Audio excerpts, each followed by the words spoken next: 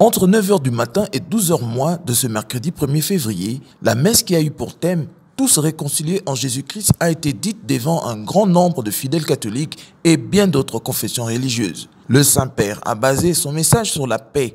Le souverain pontife s'est longuement attardé sur son message de paix aux populations de la République démocratique du Congo.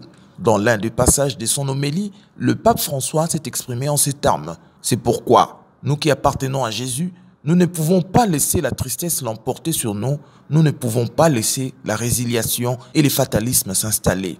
À bien suivre le pape, dans un monde découragé par la violence et la guerre, les chrétiens doivent faire comme Jésus qui a fait le don de sa vie en énonçant cette parole désormais présente dans le Saint-Livre. La paix soit avec vous.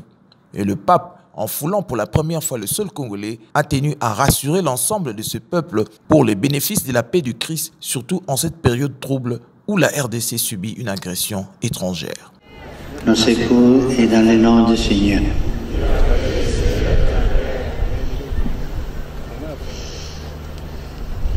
Que Dieu Tout-Puissant vous bénisse, le Père, le Fils et le Saint-Esprit.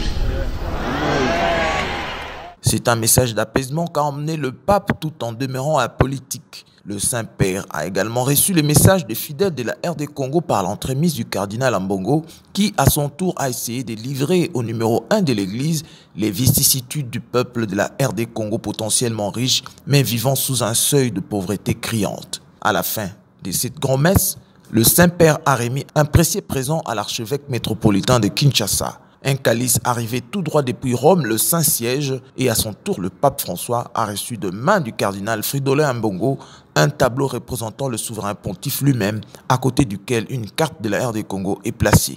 Tout a bien commencé et s'est terminé dans le calme. Ce message tombe à point, spécialement à cette année électorale, où nous devons tous nous unir et nous réconcilier afin d'aboutir à un résultat heureux que tout le monde va soutenir pour la reconstruction de notre pays. Le sentiment que j'ai à la sortie de cette messe, c'est un sentiment de joie, un sentiment de plaisir, un sentiment d'allégresse qui a fait que le message que le pape nous a emmené, c'est un message de réconfort, un message de paix. Le pape nous demande d'être en paix avec nous-mêmes et d'être en paix avec tout l'environnement qui est le nôtre, de façon que nous puissions créer, nous puissions construire un monde juste, un monde qui soit sans guerre, sans égoïsme,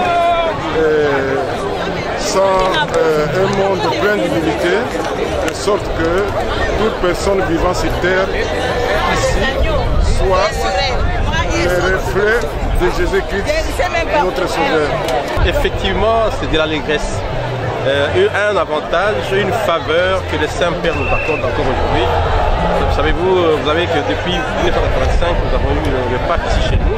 Voilà que le pape, sa sainteté, va bien de proclamer un message de réconfort, un message de paix et surtout un message d'espérance.